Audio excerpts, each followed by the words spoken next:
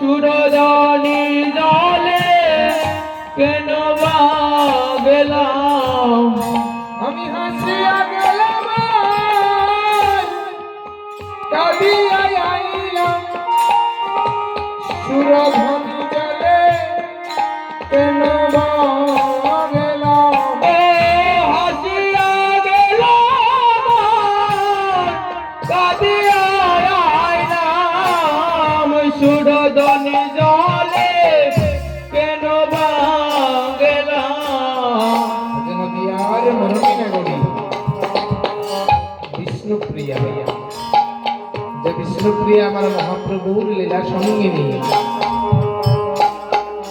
বিষ্ণুপ্রিয়া আজ বেলি অবসান কালে তার মরণ নাগরী কাঞ্চনকে বলছে, আমি জানলে জলে যেতাম না গো, জলে জলে যেতাম না গো, আমি জানলে জলে যেতাম না গো। জলে জলে যেতাম না গো। অত চলে গেলে আমার এমন হবে, আমি জানলে জলে যেতাম না গো। ও জলে গেলে এমন হবে, জানলে জলে যেতাম না গো। বিষ্ণুপ্রিয়া কি করেছেন? বেলি অবসান কালে তিনি জল ভরতে গিয়েছিলেন সুরধনী গঙ্গায়। এখানে বিষ্ণুপ্রিয়াকে, এখানে বিষ্ণুপ্রিয়া মানে গোটা নারী জাতি। বিষ্ণুপ্রিয়া জল ভরতে গিয়েছিলেন সুরধনী গঙ্গার জলে। তিনি বলছেন, সখী রে, আমি তো যাবার বেলায় হেসে হেসে গিয়েছিলাম, কিন্তু আমি যখন ফিরে এসেছি তখন আমার নয়ন জলে আমার বুক ভিজে গেছে। বলি, কেন, তোর কি হয়েছে?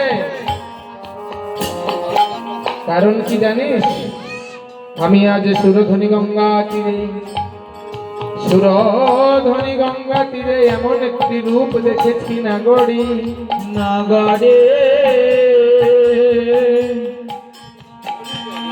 তোকে সেই রূপের কথা আমি কি বলবো, যে রূপের কোনো তুলনা নেই। জানিস, তার দুটি নয়ন যেন গগনের তারা, গগনে তারা, মুখমণ্ডল যেন পূর্ণিমার চাঁদ।